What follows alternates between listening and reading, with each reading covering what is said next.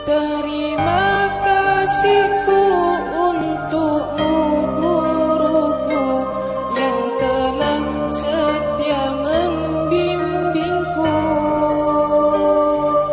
Maafkanlah aku yang tak pernah mampu membalas semua jasa-jasamu. Di zaman Nabi Muhammad SAW ada sahabat namanya Jabir bin Abdullah radhiyallahu ta'ala anhu. Sahabat Jabir ini punya kebun kurma dan dia punya hutang kurma, kurma. Masalahnya utangnya sama Yahudi yang benci Nabi, benci Islam. Karena tidak setiap Yahudi benci. Ya, Yahudi itu bangsa. Istri Nabi Sayyidah Sofiyah juga seorang Yahudiyah. Yang dibenci itu adalah ajarannya Yahudi yang memusuhi Islam. Lah ini udah ajarannya Yahudi, orangnya Yahudi pula. Bencinya sama Nabi luar biasa. Ketika melihat ada satu sahabat punya hutang belum bisa bayar, maka Yahudinya seneng. Ini saatnya untuk menghina sahabatnya Nabi. Ini saatnya untuk merendahkan sahabatnya Nabi Muhammad sallallahu alaihi wasallam. Maka datanglah Yahudi ke kebunnya Jabir bin Abdullah radhiyallahu anhu untuk nagih utang.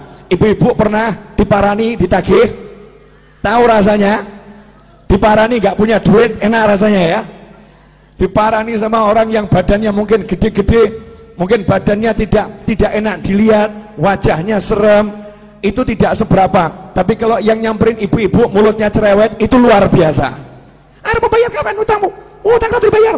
Wah, itu lebih dari pria-pria yang badannya besar itu. Yang cerewetnya luar biasa. Kalimatnya menusuk dan merobek-robek jiwa dan menyebabkan ibu sakit hati ketemu orang yang seperti itu.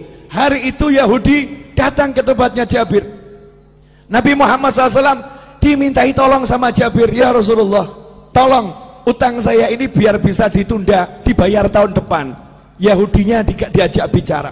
Nabi ngajak sahabat. Ini kerennya di sini, hebatnya di sini. Ada satu teman Nabi, sahabat Nabi punya utang.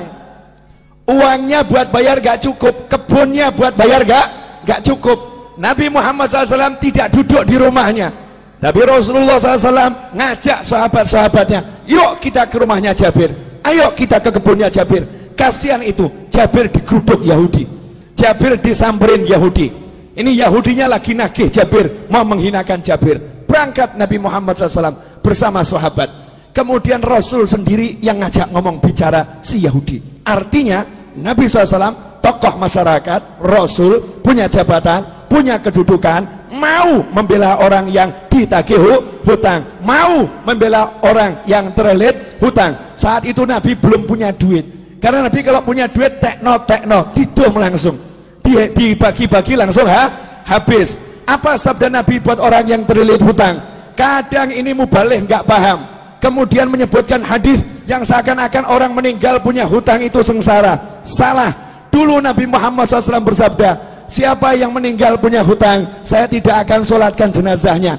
Maksudnya bukan karena benci. Nabi tidak mau nyolatkan jenazahnya dulu, minta sahabat yang punya duit, beres no ini, bayari hutangnya, sehingga masuk kubur udah selesai, gak ada hutang piutang. Kalau kita alhamdulillah sudah niru, kalau ada hutang piutang jadi tanggungan saya, tanggungan kami atau keluarga.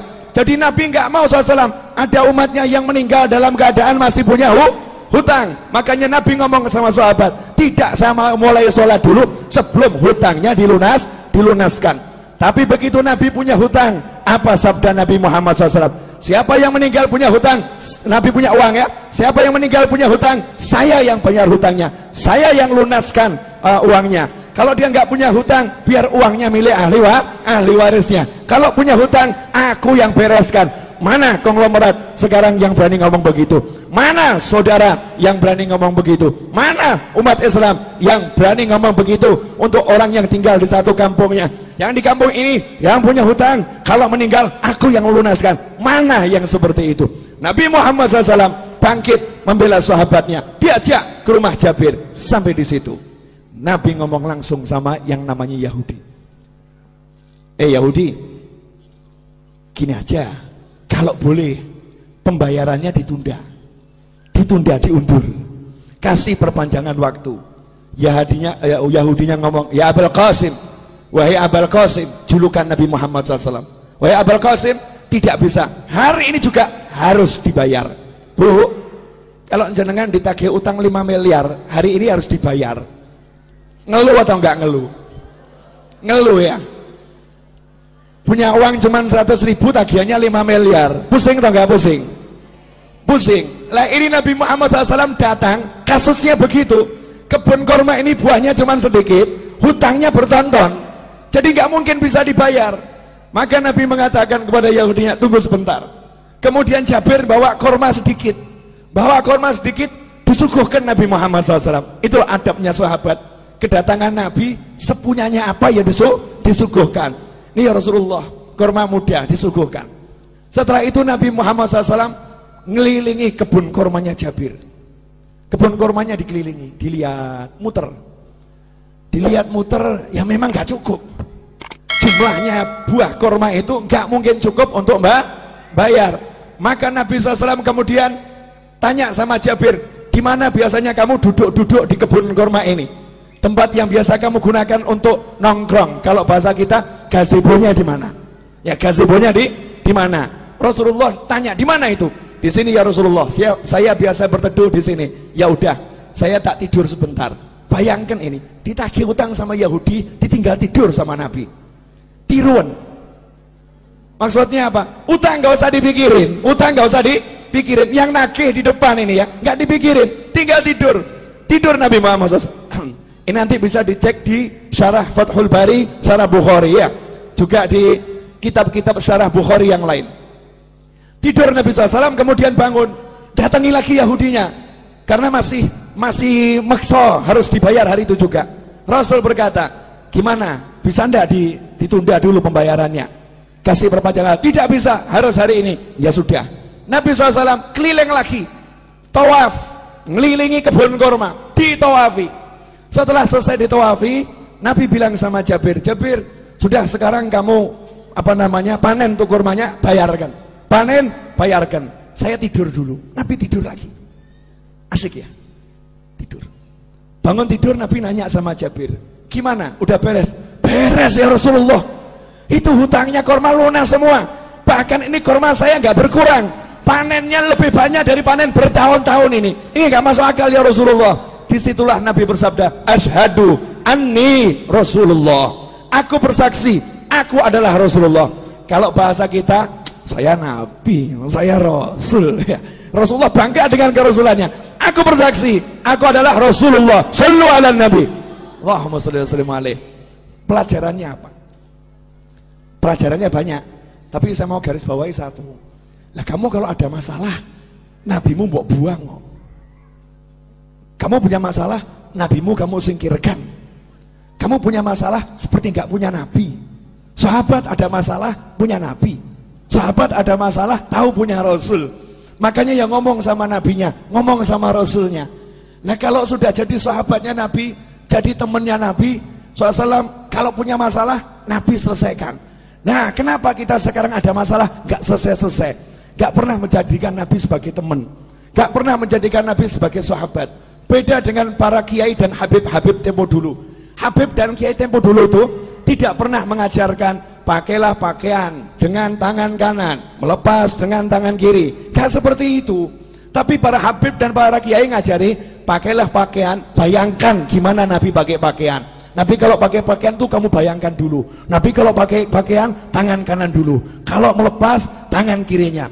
Rasulullah SAW kalau pakai sandal kaki kanan, kalau melepas kaki kiri. Bukan masalah kanan kirinya, tapi suruh bayangkan nabinya, suruh bayangkan rasulnya Muhammad Sallallahu Alaihi Wasallam. Nah kalau kita udah seperti itu, jalan kita bayangkan gimana Rasulullah pakai sandal, kemudian jalan kita bayangkan bagaimana Rasulullah berjalan, duduk kita bayangkan bagaimana Rasulullah dulu SAW. Maka kalau kita punya hajat, ada masalah, tinggal ngomong, Kanjeng Nabi pengen beli rumah nggak punya duit, ngomong. Kamu kira ini semua jadi begini karena saya punya duit? Enggak. Tapi gara-gara saya rajin ngomong, ya Rasulullah, cucumu yang agak nyebelin di Solo ini, banyak dosanya, banyak salahnya, punya utang banyak, punya hajat banyak, please mintakan sama Allah, lunaskan, mintakan sama Allah, selesaikan, mintakan sama Allah. Nah kalau Jabir sahabat, Jabir itu sahabat, Nabi datang ngurusi, masa saya cucunya nggak diurusi? Nggak mungkin. Masa saya cucunya nggak diurusin? Nggak mungkin. Lantas bagaimana dengan Anda? Beb, saya bukan cucu Nabi. Tenang, Anda semua bisa jadi saudara Nabi Muhammad SAW. Rasul dalam hadis mengatakan, sungguh saya kangen sama saudara saya. Maka sahabat ngomong, ya Rasulullah, kan kami ada di sini, kami saudaramu, kok dicari? Kenapa? Saya nggak cari kalian, kalian sahabat saya, bukan saudara saya. Lantas siapa saudaramu ya Rasulullah SAW? Orang-orang yang lahir nanti belum pernah lihat saya, tapi percaya sama saya, iman sama saya, bahkan rela kehilangan harta dan keluarganya demi sekali melihat saya. Itulah saudara-saudara saya. Saya kangen pengen melihat beliau-beliau itu. Bayangkan, Nabi belum pernah ketemu kita, wujud kita belum ada, sudah dikangeni, dikangeni. Lah kalau kita sekarang bisa kangen sama Nabi dengan baca sholawat Barzanji, Maulid Tiba, kemudian Burdah, Simtud Durar dan semisalnya, kita sholawatan sama kangen, berarti kita jadi kelompok saudara Nabi Muhammad SAW. Dan saudara sama saudara itu pasti saling membela, pasti saling mendukung. Kalau udah begitu, kamu punya masalah, insya Allah nggak punya masalah. Saya punya masalah, insya Allah nggak punya masalah. Kenapa? Yang turun tangan langsung Nabi Muhammad Sallallahu Alaihi Wasallam, yang menyelesaikan langsung Rasulullah SAW. Nah, biar Rasul mau turun tangan, biar Rasul mau menyelesaikan, saya kasih tip satu, gak usah banyak-banyak. Mau Bu? Wani piro? Ya karena ini urusannya urusan masalah. Banyak orang zaman sekarang kan penuh masalah, bingung solusi. Gampang, ilmunya orang tua. Pegang tasbih, baca nariyah 4.444 kali. Pegang tasbih, baca munjiah 1.000 kali. Solawat, pegang solawat, solawatin masalahmu. Ada orang ngomong, Beb, ini kan urusan dunia, masa solawat dipakai urusan dunia? Loh, kamu tuh masa urusan dunia mau pakai apa kalau nggak pakai takwa? Urusan dunia itu diraih dengan takwa. Kamu punya hajat pengen kabul, harus doa. Doa nggak pakai solawat nggak diterima sama Allah. Sehebat apapun orangnya doa nggak pakai solawat nggak diterima sama Allah Subhanahu wa ta'ala. Sehebat apapun orangnya sholat nggak pakai solawat nggak diterima sholatnya oleh Allah Subhanahu wa ta'ala. Sehebat apapun orang khutbah Jumat nggak pakai solawat nggak diterima oleh Allah Subhanahu wa ta'ala. Kalau hidupmu nggak ada solawat nggak diterima oleh Allah Subhanahu wa ta'ala. Dan kalau kamu hanya ingat Allah, nggak mau ingat Nabi Muhammad SAW, Islammu ditolak oleh Allah Subhanahu wa ta'ala. Sebelum minta apapun, suruh mengedepankan Allah Rasulullah, Allah Rasulullah. Dalam sholawat sudah ada semuanya, Allahumma sholli, Allahumma sholli. Sholawat itu nyebut Allah, nyebut Nabi Muhammad SAW. Nah setelah kita banyak sholawat, awali doa dengan sholawat, betul? Setelah kita banyak sholawat, baru ngomong, ya Allah, ini loh hajat saya, ini loh masalah saya, selesai. Makanya orang dulu ngajari begitu. Cuman ibu-ibu pokil. Tahu pokil, Bu? Curang. Ya, merekayasa sholawat, kemudian mencurangi sholawat. Nariyah 4.444 kali dibaca berjamaah, satu orang ambil 5 jagung, 10 jagung. Saya nggak bicara fadilah, kalau fadilah luar biasa, fadilahnya luar biasa. Kemudian protes sama kiainya, sama habibnya, sama gurunya. Saya udah baca nariyah berjamaah, tapi hajat kok nggak kabul-kabul. Habibnya jawab kabul, cuman kabulnya juga berjamaah, jadi dicicil saudara-saudara. Kabulnya dicicil, diangsur. Kalau pengen kabulnya cespleng, ya kamu sisakan waktu khusus. Minta izin sama suamimu. Ya, suami, kamu butuh mobil, butuh rumah, butuh hutang lunas. Iya, dah kamu urus anak-anak, aku izin ngurung diri di kamar 5 jam, jangan diganggu. Ngapain? Mau nariyah. Pegang tasbih, baca nariyah 4.444 kali. Setelah itu keluar ngomong sama suami, jangan kamu pikir lunas hutangmu. Niru Nabi, Nabi tidur. Nabi tidur, dah silahkan pergi kerja, gak usah dipikir. main-main sama anak, gak usah dipikir, lunas. Suaminya nanya, lunas piye? Duit gak ono, tenang, Nabi yang bereskan. Lah carane piye? Ojo takok aku. Caranya gimana? Jangan tanya saya. Janji Allah wa yarzuqhu min haitsu la yahtasib. Allah akan kasih rezeki dari arah yang gak pernah diduga. Itu kalau kita pegangan sholawat. Dan tidak mungkin sia-sia orang yang berpegang sholawat. Nah sayangnya kita sukanya susah.